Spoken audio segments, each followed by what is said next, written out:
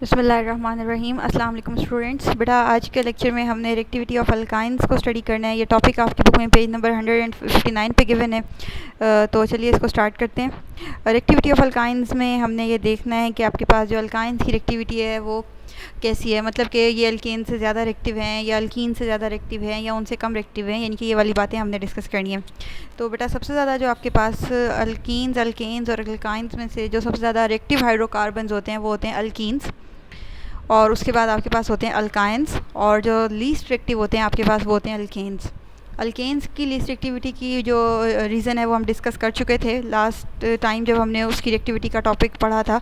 उसकी वजह ये है कि उसके अंदर सिग्मा बॉन्ड होता है जो कि हाईली इनर्ट है और हमें काफ़ी ज़्यादा एनर्जी चाहिए होती है उसकी ब्रेकडाउन के लिए। अल्कीन्स के केस में हमने देखा था कि हमारे पास एक सिग्मा बॉन्ड है और एक पाई बॉन्ड है जिसकी ब्रेकडाउन जो है वो कंपैरेटिवली ईजी है। तो इस वजह से हमारे पास अल्कीन्स के अंदर जो एडिशन रिएक्शंस हैं वो इजीली फिजिबल होते हैं। अच्छा, अब अगर हम इसी ट्रेंड को फॉलो करें तो हमारे जहन में ये बात आती है, क्योंकि अल्काइंस के अंदर आपके पास दो जो हैं पाई बॉन्ड्स हैं तो इसकी रिएक्टिविटी तो अल्कीन से भी ज़्यादा होनी चाहिए।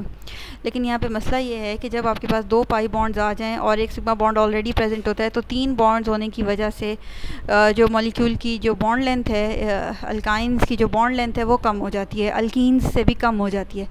जब आपके पास नंबर ऑफ़ बॉन्ड्स बढ़ते हैं तो आपके पास जो बॉन्ड लेंथ है वो रिड्यूस हो जाती है, तो अल्काइंस की जो बॉन्ड लेंथ है वो कम हो जाती है। तो जिसकी वजह से आपके पास जो इलेक्ट्रॉन डेंसिटी है वो कन्फाइंड होती है बिटवीन दी टू एटम्स, और इसकी वजह से ये जो एटम्स हैं जो इलेक्ट्रॉन्स हैं आपके पास ये कम एक्सपोज होते हैं, यानी कि ये बाहर इतने ज़्यादा फ्री नहीं होते जैसे आपके पास अल्कीन्स के केस में। तो जो इनकी रिएक्टिविटी होती है अल्काइंस की वो काफ़ी ज़्यादा रिड्यूस हो जाती है।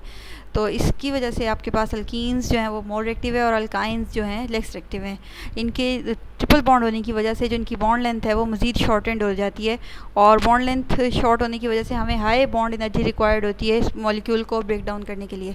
तो दैट्स वाई ये हमारे पास ज़्यादा स्टेबल है एज़ कम्पेयर टू अल्कीन्स, तो इसलिए लेस रिएक्टिव हैं। तो ये रीज़न जो है ये आपने लिखनी है। अच्छा, अगर आप अपनी बुक का जो लास्ट टॉपिक है चैप्टर नंबर 8 का अगर उसको देखें गौर करें तो ये जो है पेज नंबर 163 पे ये जो आपको एक टॉपिक दिया हुआ है लास्ट में, comparison of reactivities of alkanes, alkenes and alkynes. तो ये वाला जो टॉपिक है ये मैंने अभी आपके साथ डिस्कस कर लिया हुआ है कि आपके पास सबसे ज़्यादा जो रिएक्टिव हैं वो अल्कीन्स हैं, उसके बाद जो रिएक्टिव हैं वो अल्काइंस हैं, और लीस्ट रिएक्टिव जो हैं वो अल्केन्स हैं।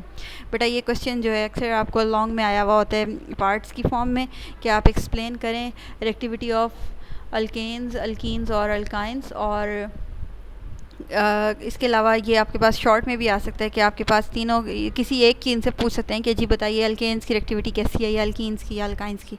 तो हमने हर लिहाज से इस क्वेश्चन को देख लिया हुआ है, तो अब आप इसको तैयार कर लें दोनों पॉइंट ऑफ व्यू से, एग्ज़ाम्स लॉन्ग क्वेश्चन के पॉइंट ऑफ व्यू से भी और शॉर्ट क्वेश्चन के पॉइंट ऑफ व्यू से भी। अच्छा जी, नेक्स्ट जो हमारे पास हमने आज जो स्टडी करने हैं वो हैं रिएक्शंस, एडिशन रिएक्शंस अल्काइंस के।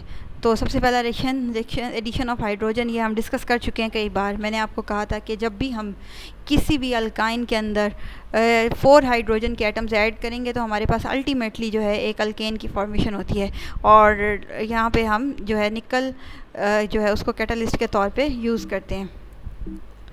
तो ये वाली बात जो है ये हमने रिएक्शन पढ़ा था जब ये चैप्टर स्टार्ट किया था। सबसे पहला जो रिएक्शन था अल्केन्स की सिंथेसिस का, उसमें हमने यही रिएक्शन जो है स्टडी किया था कि आपके पास जैसे ही हम हाइड्रोजन की एडिशन करते हैं अल्काइंस के अंदर तो हमारे पास जो है अल्कीन्स की सिंथेसिस होती है अगर एक मॉलिक्यूल ऐड करें, और अगर हम एक और मज़ीद मॉलिक्यूल ऐड करें तो फिर आपके पास अल्केन्स की सिंथेसिस होती है। यहाँ पे अगर आप गौर करें ये एक अल्काइन है, इसके अंदर हमने एक हाइड्रोजन का मॉलिक्यूल ऐड किया तो आपके पास एक अल्कीन बना, और जब हमने एक अल्कीन के अंदर एक हाइड्रोजन का मॉलिक्यूल ऐड किया तो आपके पास अल्टीमेटली अल्केन बनता है। तो ये रिएक्शन दोनों डायरेक्शंस में प्रोसीड करता है इन दी प्रेजेंस ऑफ निकल।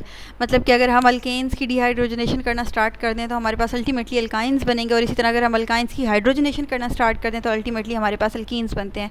तो ये वाला रिएक्शन हम स्टडी कर चुके हैं, इसको आप देख लीजिए। नेक्स्ट रिएक्शन है बेटा हमारे पास एडिशन ऑफ हेलोजेंस, यानी कि हम हेलोजेंस की एडिशन कैसे करते हैं। ये बिल्कुल सिंपल है, सिर्फ और सिर्फ आपने करना ये है कि हाइड्रोजन की जगह कोई ना कोई हेलोजन एटम जो है उसकी एडिशन करनी है अल्कीन्स के अंदर। तो नॉर्मली जो हेलोजन हम ऐड करते हैं वो है आपके पास क्लोरीन और ब्रोमीन, और पहले हम कई बार डिस्कस कर चुके हैं कि हम फ्लोरीन और आयोडीन को क्यों जो है यूज़ नहीं करते ऑर्गेनिक रिएक्शंस में।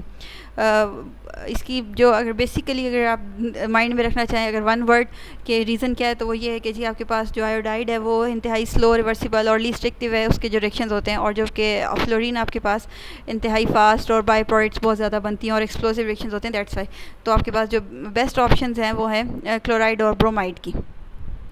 तो आपके पास सबसे पहले हमने क्लोराइड को ऐड करना है। तो आपके पास एक कार्बन के साथ एक क्लोरीन का एटम और दूसरी कार्बन के साथ दूसरी क्लोरीन का एटम ऐड हो जाएगा। तो ये बड़ा ही आसान रिएक्शन है, सिर्फ आपने ये ख्याल रखना है इसका, जो ये आपके पास है कैटलिस्ट कार्बन टेट्राक्लोराइड। तो be very careful about this.